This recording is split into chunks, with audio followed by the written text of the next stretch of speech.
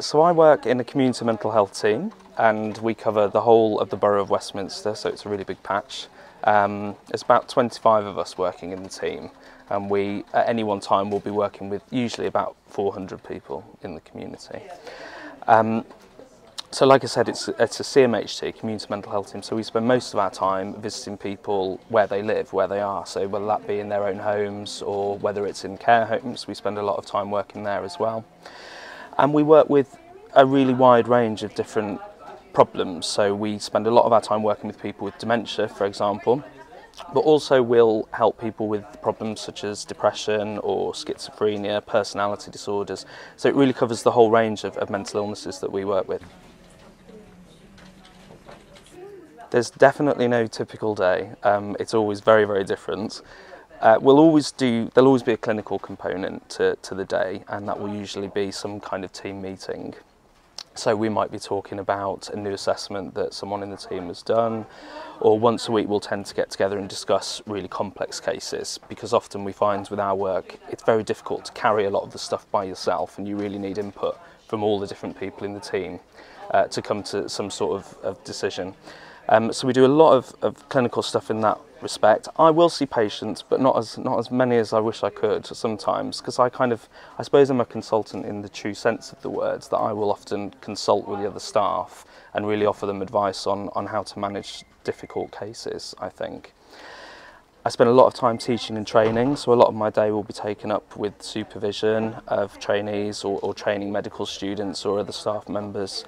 And then I might be doing things like going out on a mental health act assessment, for example, so what people commonly know as sectioning. I might have to go out and decide if someone needs to be detained in hospital, so that can be quite challenging sometimes. So it's a really, really wide range. I also do quite a lot of management stuff as well, which at first I thought sounded as dull as dishwater, but actually that can be really quite exciting and rewarding itself. Lots of people. Like I said, it's a big team, about 25 of us. There's doctors, so I lead the team, but I'm supported by trainees and some specialty doctors as well. We have psychology colleagues, which really bring a nice kind of different aspect to the work, and nurses. We have occupational therapists, social workers, support workers, administrators. It's really wide. We're truly multi-professional in that sense, which is great. It definitely is, which can feel a bit daunting at times because, as you know, there aren't many more resources coming into the NHS at the moment, but people are definitely getting older. I think by 2050 we'll probably have twice the number of people over the age of 65 that we've got now, so that can be quite a daunting prospect, but equally lots of opportunities and quite exciting.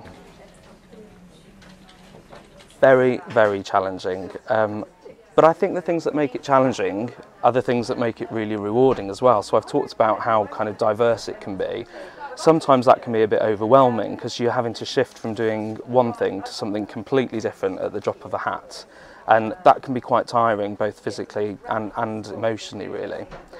But I'm lucky because the team is hugely strong in terms of pulling together, and we make sure that we're always talking about the difficult things we have to deal with in a very open way, and I think that really helps share some of the load. Someone that likes a good old natter, I think. You have to like talking to people, because whether you're talking to patients, to relatives, to members of the team, to kind of external organisations we work with, you're always talking, and that can get a bit exhausting, but actually that's what you need to do. You need to like talking to people, and you need to like building relationships. I'd say they're the most important things, really. Well, I definitely like a good natter, which doesn't hurt at all. But I think the other thing was, I think when I was training, I felt that older people were being given a bit of a raw deal, particularly in hospitals. It often felt that they were shoved in towards, not really spoken to that much, and just kind of often left there. Maybe it was a perception rather than actually how it is now, I think, because things have changed.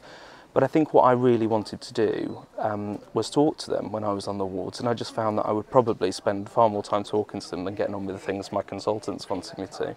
But it really kind of exploded the world to me in terms of actually being able to form relationships, which I found was as helpful doing that as it was doing the kind of medical interventions that we were doing. I think I can honestly say that there aren't all that many actually, but talking about it being tiring, that is definitely the biggest one. I go home and I am pretty exhausted actually, but usually feel really uplifted at the same time, so it's quite an unusual combination. Paperwork is the bugbear of the modern NHS, unfortunately, and this team's no different. So you have to really be very boundaried with yourself in kind of making sure that doesn't overtake all the clinical work, which is fundamentally what we're here to do, I think. So paperwork and getting utterly shattered by the end of the day, I'd say. It is well paid. I mean, I'm on a consultant salary, which I consider to be pretty well paid. And actually, I get extra sessions in my job now because I've taken on a management role, which was something that I never really anticipated doing. So actually, I get my full-time consultant post, but also I get a bit of additional salary for doing kind of management activities. Well, I think the most important thing to do, because you often don't get much exposure to mental health when you're in your undergraduate years, so I think anyone that's interested in it should really actually go and talk to an old age psychiatrist. So phone up your local friendly old age psychiatrist and ask if you can have a chat with them, or even if you've got time, go and shadow them for a bit, because I think that will really help you understand what the job's all about.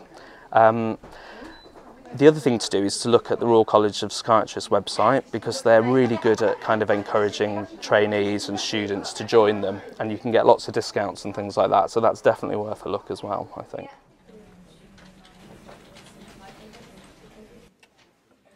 I don't think I even really knew that old age psychiatry existed when I was at medical school. I mean, I did a psychiatry placement and I might have done a clinic with an old age psychiatrist, but I think the whole idea of it being a separate specialty kind of passed me by. And it wasn't until I got into psychiatry training that it really became a kind of an obvious option for me, I think. But yeah, it is different. I think when you're at medical school, you see psychiatrists as either a little bit fusty or a little bit eccentric possibly, and actually that's really not the case at all. It's a really, really dynamic specialty. It's really cutting edge in lots of ways in terms of integrated working, which the NHS is moving to. So no, it feels much faster paced and much more kind of rewarding than I think I might have thought it was when I was training. Undoubtedly, I don't think I could do anything else now. I'm a complete convert. I mean, it might be that I might want to move into a different area in a few years, whether that's inpatients or maybe working in liaison psychiatry, which is quite exciting as well. But older people, definitely, I'll never leave that, I don't think.